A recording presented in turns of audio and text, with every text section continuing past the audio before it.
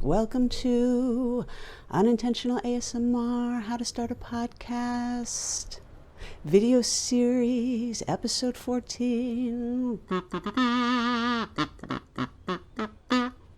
This week, ASMR stands for Allow Some Rest, My Dear. That's ASMRD. That's the past tense.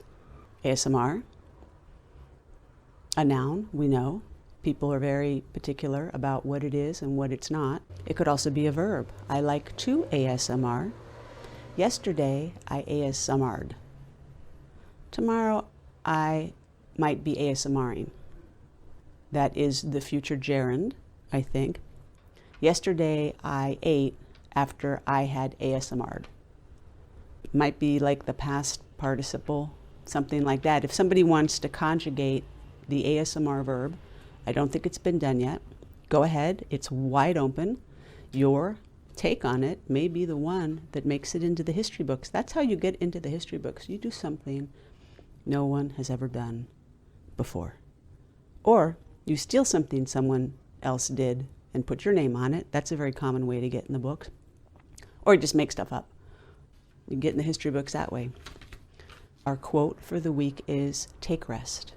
The field that has rested gives a beautiful crop. And I feel like today I am a beautiful crop. Ovid. But it looks like Ovid, but it's Ovid. O-V-I-D, a Roman poet from 43 BCE. Now that used to be BC, before Christ. Now they have come up with BCE, which stands for before common or current era. And I think that that's great, because what if you didn't believe in Christ and you were like, when did that happen? And they're like, before Christ. And you're like, but I don't believe in Christ. And they're like, well, that's too bad, because that's how the calendar works. Today, I'm dressed as a Roman man. The reason I am dressed as a Roman man is because women did not wear togas like men. They wore something called a stola, which is a tunic and then a long dress over the tunic. They did wear togas for a couple of years, and then the men were like, either we look like girls or they got to stop wearing togas. And they were like, they got to stop wearing togas because we like this free, breezy look. Mine is a little tight because I made it myself, and the first one wouldn't stay on. So I tied it as tight as I could just to keep it up, and now I am bound. Women's clothing over the years has traditionally been, I think, to bind women and cover them up, keep them covered. And even if you don't like history, you can come to some conclusions about history just by looking at clothes. So for example, if you look back to bathing suits, the bathing suits that women wore back in the 1800s, covered from head to foot, made of wool, didn't look very comfortable. If you went into the water with that on, you might sink.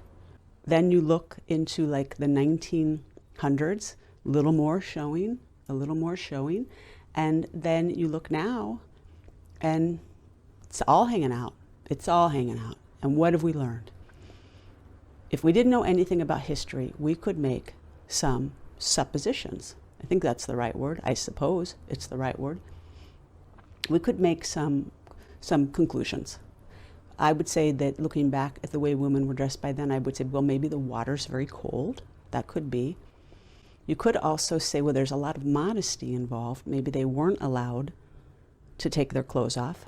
But if the sun were out and the men were in their trunks, and the women were covered head to toe, you'd be like, it looks very handmaiden-ish. Today, looking at women's bathing suits, you would guess that they have come quite a long way. They are definitely freer, more liberated in certain parts of the world. And also, maybe there's a lot of global warming because nobody needs a lot of clothes, apparently. You could look at just art and learn about history, or theater. You could look at books, but boy, they make a lot of stuff up. I was very stressed out last week, and I almost was ready to throw in the sheet on this video series, but all I needed to do was rest. You see how important rest is? Ovid is a poet, as I said, from before the current era, before the common era, or before Christ, whichever one of those you like. And I wanted to read one of his poems, but his most famous poem is 15 books long. So we don't have time today. Some more iced coffee, because this is what the Romans did. Not all Romans, just the Roman men who could afford to just sit and drink coffee and watch their slaves. I'm going to read the prologue from a translation done in 2004 by David Rayburn. Changes of shape, new forms, are the theme which my spirit impels me. Now to recite. That probably should be one sentence. Let's try it again. Changes of shape, new forms, are the theme which my spirit impels me to recite. Let's do it again. This is rehearsal time. Changes of shape, new forms, are the theme which my spirit impels me now to recite. Well, that's good, because there's some excitement in it. And if we've got 15 books to go, you want to have some excitement. Changes of shape, new forms, are the theme which my spirit impels me now to recite. Inspire me, O gods. It is you who have even transformed my art, and spin me a thread from the world's beginning down to my own lifetime in one continuous poem. Sounds good. All right, we'll read it someday. It starts with the creation and goes through a lot of time, not present day, of course, because although does history repeat itself? I think it does. This may come back in season. In fact, I think I could win Project Runway right now. I made this creation out of, not this out of a sheet. I just draped it. I was like, let's just drape the body. And I came up with some very lovely designs. This is the one that stays up for now, because I didn't use any pins or anything. I just tied it. And look, I'm dressed. I think I could send the model down the runway on this. As long as it stays up for the runway walk, that's all that matters. I've watched lots of fashion shows. It just has to stay up while the model walks. And then if it falls down afterwards, you know what, we'll deal with it then. Probably would love it, the judges, and then I would win, and all the other fashion designers would be like, she doesn't even know how to sew. She took a sheet from the bed and draped it on the model, and that's going to win. And yeah, sometimes it does. Seen it happen more than once. In those reality shows, do you know that they intentionally keep people up late? They keep them up late. They have cameras everywhere, I hear, and they keep them up late. They have the refrigerator stocked with alcohol because they want people to get exhausted. They want people to get tired. I believe because why? It creates drama. It does. I mean, when you think of like the bad moments in your life, in general, they come when we're overworked, overstretched, too fatigued, exhausted, and we don't have the same coping skills that we do.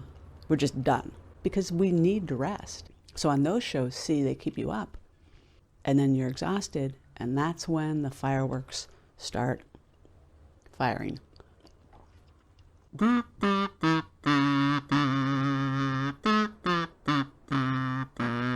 For those of you who belong to my Patreon, we did our first happy hour, and I apologize, it wasn't very happy. It was right then when I was thinking, I am too tired, maybe I have to drop this. But then I got some rest, you see, and now I'm back. And so if you go away with anything this week, I hope it's the importance of rest. Let's do something Roman.